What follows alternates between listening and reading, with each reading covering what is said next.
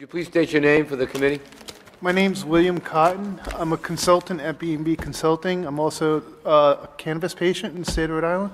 I have a couple of concerns about the bill.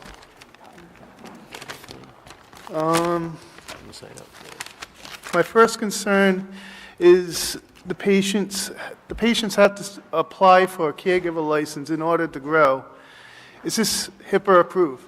Is there any kind of HIPAA violation with this? Because I don't like my information going to an outside organization except for the Department of Health or a doctor or a physician. So that's one of my concerns. The plant count going from 12 to 12 down to 6 and 6.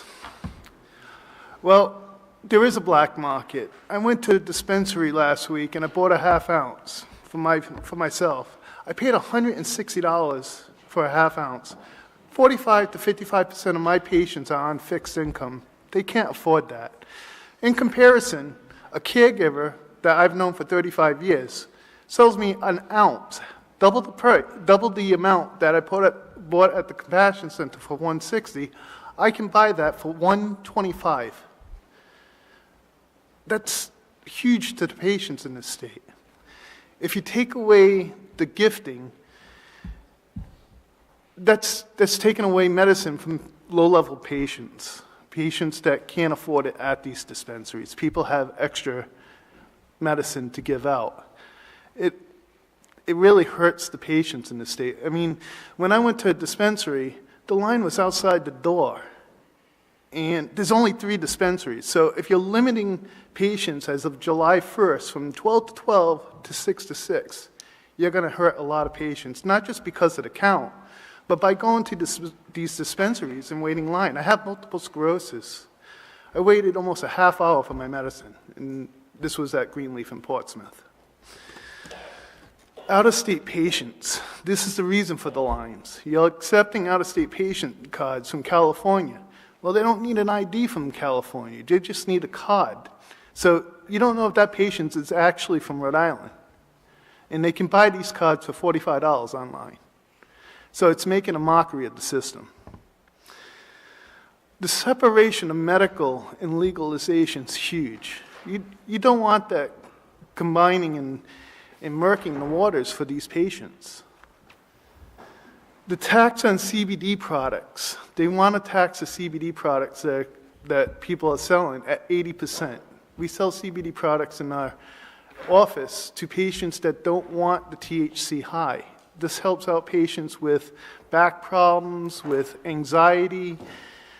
To tax it at 80%, it's crazy.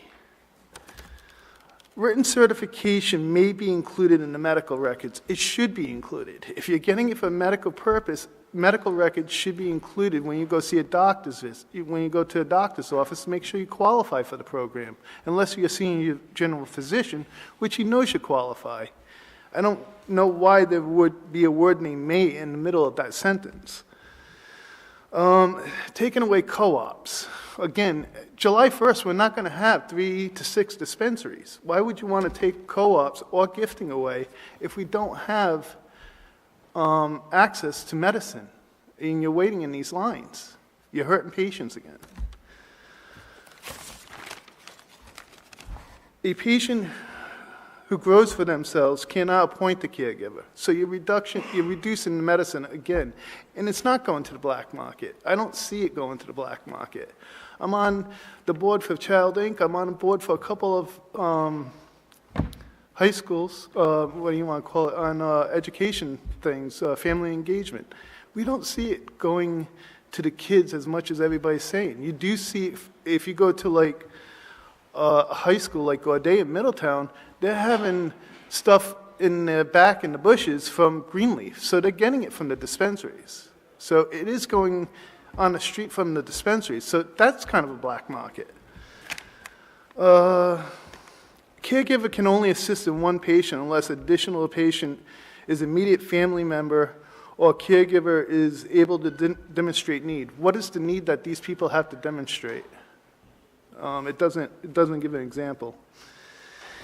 And the big thing is, to me, you got 3 compassion centers. You're going to make it legal, and you're going to give the chance to have the first 3 dispensaries get the first pick at those licenses, and the next 3 dispensaries are going to go to cultivators. Well, you're going to set yourself up for a dam again. You're not going to have these dispensaries buying off the other cultivators out there. They're going to be buying off themselves if they have a cultivator license, just like these 3 dispensaries are doing now.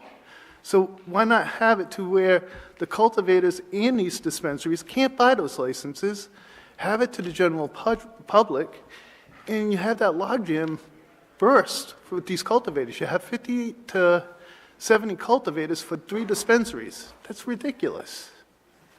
All that product is going to waste. Any which way, I thank you. Oh, testing.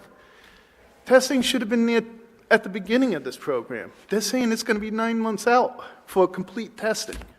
As a patient, that's ridiculous. It should have been there. It should have been there 2 to 3 years ago at least. When these dispensaries opened, they should have been tested third party. I don't trust anybody testing their product. Thank you for the committee, and thank you for hearing my testimony. Thank you for your presentation. Any questions or comments of this witness? Senator Archambault. Yeah, quickly, I want to welcome my friend Bill Cotton. Many of you may not know it, but Bill was one of the first, if not the first, medical marijuana patient in the state of Rhode Island, and his advocacy for the downtrodden and the people that use the drug medicinally is tireless. He is just a crusader for making sure that people who need the medicine get the medicine. And I like it when you refer to it as medicine because it helps you with, your physical issue, and you have never stopped in your quest to make sure that the regulations are streamlined enough to not forget the people who need it the most. And I applaud you for that. And then just keep the faith, all right? Your words don't fall on deaf ears. Norm's still here. He stayed to the very end, patiently listening. So it's good you came to testify. Welcome, my friend. Norman's been doing a great job, and thank you, Senator Archibald.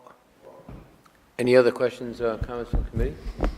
I just also want to echo. I just want to also echo Senator Archambault's comments. Thank you for coming down here, bringing your information on such an important issue. So I appreciate it. Thank you, Bill. Thank you, Senator Paolino. Thank you. Any other questions? Thank you for your testimony.